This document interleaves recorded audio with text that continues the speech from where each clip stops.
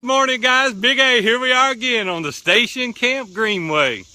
Man, I want to tell you, it's a typical July day in Nashville today, hot and humid. About 150 degrees out here, I think. Hope you guys are having a great day. It's been amazing so far. I've had a great time doing a little exercise, kind of getting my morning started. I want to tell you about a conversation I had with a guy yesterday that quite honestly has promoted me to do this Facebook Live in its entirety, 100%. And it's kind of a sad situation. We were talking about, this guy's 55 years old, and we were talking about when we were children and the kind of environment that we grew up in. And I titled this Facebook Live, Is Your Home a Safe Place? And quite honestly, his wasn't. And he was telling me about when he used to come home 14, 15, 16 years old. He was always afraid that his dad would be at home. And man, when he said that, it broke my heart. I thought, oh my goodness, you got to tell me more. Well, his dad was verbally abusive, and he drank, and he never knew if he was going to be drunk, if he was going to be, getting on to his mom. He just didn't know, and he was always nervous. He always had this sense of tension within him. And he said, quite honestly, when I got home and he wasn't there, things were much better. Guys, I want to tell you, you may not be in that kind of situation now, presently. Maybe you grew up that way. I often say that hurting people hurt people. But my point this morning is for you to do an evaluation, dads. I'm talking to you specifically, in the way you talk to your children. Now listen, I'm not saying give the kids a free pass. Listen, my parents were strong disciplinarians. They said yes, and it meant yes, but when they said no, it meant no, and you're going to get a spanking if you don't behave. Listen, we were talking about warnings. The only warning I got was my brother or sister said, "Duck, here comes mom or dad." And that was absolutely going to be a butt whipping if they caught me for something that I might have done wrong. That's not what I'm talking about. We need more discipline in the house. The Bible says, spare the rod and spoil the child. My mom smacked me in church one day on the leg and told me to be quiet, and the preacher amened her from the podium. And I'm like, you got to be kidding me. Listen, that's not what I'm talking about at all. But are you verbally abusive to your kids, and you're doing that because you can get away with it? Are your kids cowering down because they're scared of you?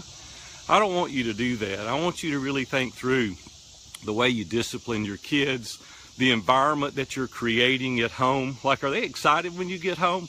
Are they like looking forward to it? Are they like run and jump up in your arms? Or are they like running to their room and hiding? Or they're cowering down and they don't want anything to do with you because dad's in a bad mood again because something didn't go his way and he's taking it out on the whole family.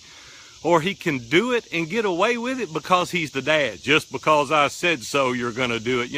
Listen, that's not going to serve you well long term. You need to discipline your children. I promise you, I'm all for discipline. When I told my kids no, it meant no. No is a complete sentence, and that is exactly what I mean. There's no counting 1, 2, 3, and you're going to get 10 more chances. I didn't believe in all that. And I'll tell you something else. This is for a different Facebook Live at another day, but I want to tell you something. You need to stand up for what you mean so your children don't have to interpret it. No, that means no, period. The end of the story. Yes, that means you can go. And always try to say yes. Always look for a way to say yes. But anyway, back to what we were talking about. I want you to create an environment where the kids feel safe. They know that they can come and talk to their dad. And they can come and talk to their mom. And they're not scared and afraid to come home because they're afraid of what kind of mood or condition that you're going to be in. Guys, we need to be creating, as my friend Dan Miller's wife book says, a haven of peace. That's what your house needs to be. By the way, you need to order Joanne Miller's book, Haven of Peace. It's an amazing read, and it will help you create that haven of peace, a place that your kids feel safe and confident, a place that they can rest and relax and know that their parents have their back, not a place that they're afraid to come home to, not scared and nervous what kind of mood you're going to be in because things didn't go your way. So go home today, talk to your family. Some of you owe your kids an apology. Some of you need to get the family around and say, I've not created that haven of peace. I've not created a safe environment.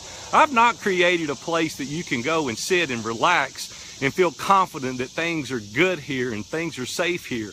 I'm your dad or I'm your mom, and I've got your back, and I'm going to help you, and I'm going to promote you on to be the adult that God intended for you to be. And I want you to know you can always count on me. You never have to worry at all about what kind of funky mood I'm going to be in or how things didn't go my way, and I'm going to take my wrath out on you, the children. I'm not going to do that.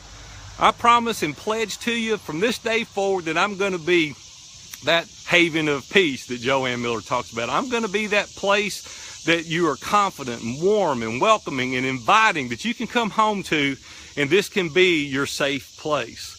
So dads, moms, are you creating that place? Are you creating that place that the kids are going to have a fond memory? Or are you creating that place right now that they can't wait till they get old enough to leave? Guys, we only get one opportunity with our kids. We don't get a do-over.